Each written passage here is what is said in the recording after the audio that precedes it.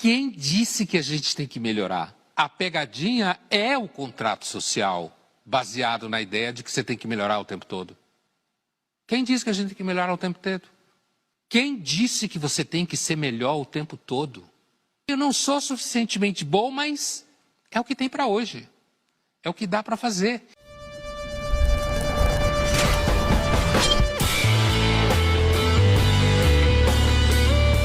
O que eu acho de coaching, às vezes a gente precisa de ajuda no dia a dia. E aí, qualquer coisa que ajude você de alguma forma a enfrentar o dia a dia pode ser válido. Então acredito que a ideia de coaching, partindo-se do pressuposto de que ele seria uma forma de terapia breve, focada em dificuldades específicas, com técnicas que ajudaria você a enfrentar essas dificuldades, eu acho que a priori não é uma coisa ruim. O coaching nasce no ambiente corporativo, né? E nasce com a ideia de você cuidar de executivos com crise, com problemas de carreira, com pressões excessivas no seu cotidiano. E daí migra e se transforma. É claro que hoje tem cursos de coaching, sei lá, a pessoa faz um curso de 24 horas via internet. Então é o seguinte, tem uns cursos de coaching por aí que de repente você faz 2 dias e sai por aí coaching, né? Então, eu acho que assim, do ponto de vista de quem faz uma formação longa, é claro que tem, digamos assim, uma gradação entre pessoas que estão mais preparadas a trabalhar com um tipo de terapia cognitiva como essa, um tipo de terapia comportamental como essa, ou um tipo de terapia breve como essa, focada em queixas objetivas. Eu não tenho nada contra, né? E assim, não acho que a priori todo mundo que procura um coach, ou todo mundo que procura resolver questões muito pontuais, inclusive da vida do trabalho, que seja ruim. Agora, se é uma autoajuda 2.0, acho que com o alargamento do termo e a entrada de formas de autossugestão ou de formas de programação neurolinguística ou uma obsessão excessiva na ideia de um coach para a vida, né? A ideia de que tem alguém que vai conseguir fazer você ter sucesso na sua vida, não que eu não acredite que pode ter um resultado. A minha crítica a esse uso, digamos assim, um pouco mais alargado, é que me parece que a ideia de centrar no sucesso na vida pode por si só causar sofrimento. Essa é a minha principal crítica à ideia de ampliar o uso do coaching, não para resolver problemas pontuais da vida profissional, mas fazer com que você olhe a sua vida como um todo, como empresa ou como negócio, né? Ou seja, a ideia de que você deve ter sucesso na vida pode deixar você doente. Qualquer pessoa que junta 12 neurônios, ou já leu 2 livros, sabe disso. E nesse sentido, me parece muito melhor você procurar uma terapia mais profunda, certo? Você perceber que a obsessão de sucesso é parte do problema e não sempre a solução. E aí eu acho que é o núcleo da crítica que eu faria, não só eu, ao coaching de forma ampliada, né, no sentido de um coach para a vida, ou no sentido não só de resolução de problemas imediatos, é a ideia de que você deve usar como paradigma na sua vida a ideia de sucesso. Só ingênuos, mal informados, ou gente que quer se aproveitar de você, não diz para você que buscar sucesso o tempo inteiro vai deixar você doente.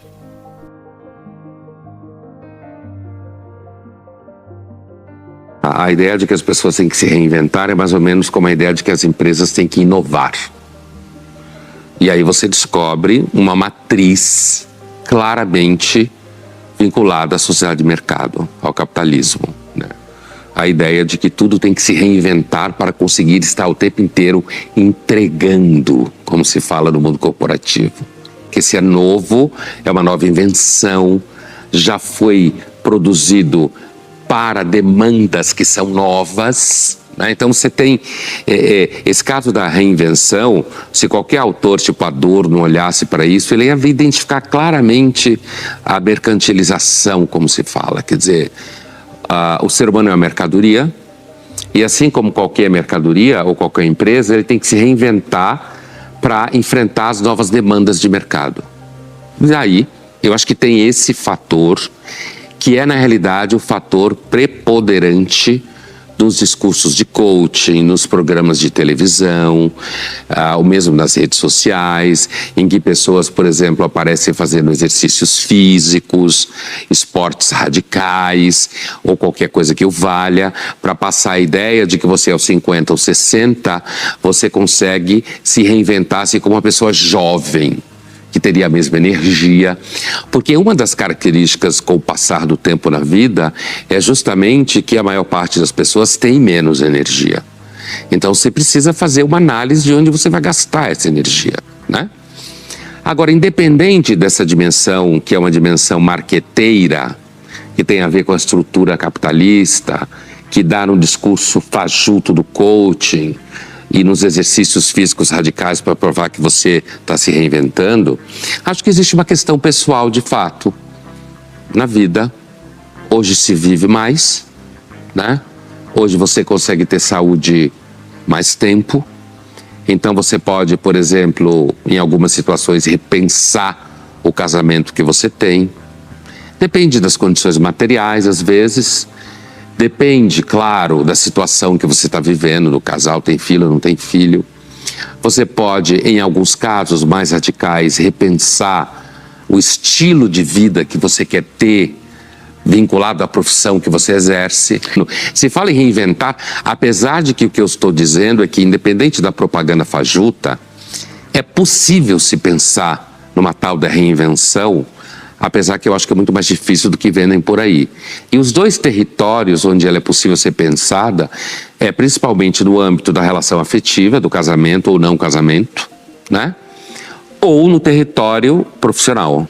A invenção da reinvenção é normalmente para pessoas já de uma certa maturidade etária, eu quero dizer, maturidade etária, né? Sei lá, passou dos 45, certo? Aquele momento que a vida começa a apertar, porque se não deu certo, talvez não dê mais. Antes você estava sozinho, estava feliz, agora você se sente solitário, né? Ou os filhos não são o que você pensava que eles seriam. O casamento já fez água. Você já percebeu que a felicidade normalmente é uma propaganda enganosa, né? E aí você entra nessa de se reinventar, e aí normalmente vai para espiritualidade, às vezes, né? Novas amizades. E as redes sociais, de repente, ajudam a você encontrar pessoas que você começa a achar que é sua alma gêmea.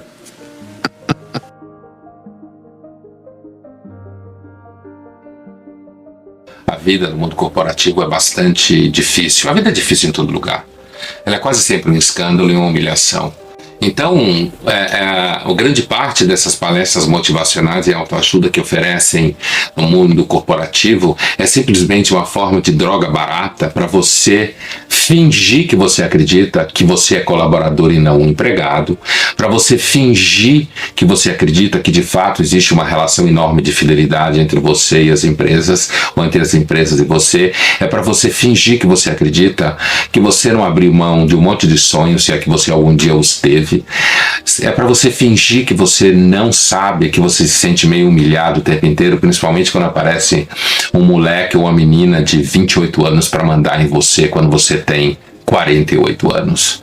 Então, eu acho que palestra motivacional é uma picaretagem, porque ao invés de trazer alguma reflexão, e os seres humanos precisam de pensamento, já dizia o velho Aristóteles.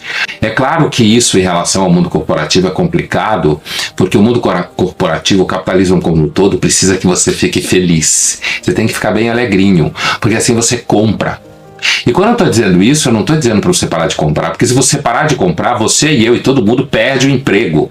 Todo mundo precisa que todo mundo compre. O mundo é complicado, ele não tem um sentido simples, não existe fórmula. Quem fala que tem é mentiroso ou mal informado, ou gente simplesmente que tem má fé. Então, as palestras de autoajuda e motivacionais, o que elas visam é deixar você alegrinho, porque você alegrinho, você produz mais. E você tem uma ilusão de que se você chegar em casa e assistir uma série no Netflix, sua vida tem sentido. E eu vou dizer mais uma coisa, talvez pior. Talvez seja esse mesmo o único sentido que a gente tenha na maior parte do tempo, né?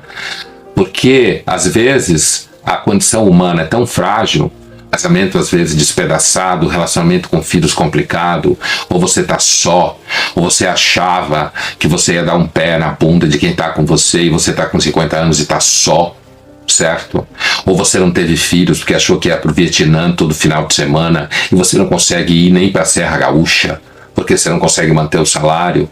De repente, numa situação como essa, uma palestra que diz para você que existe um mundo espiritual na empresa, ou que existe a possibilidade de um capitalismo consciente, ou que você está ajudando crianças da África, isso de repente pode ser um paliativo.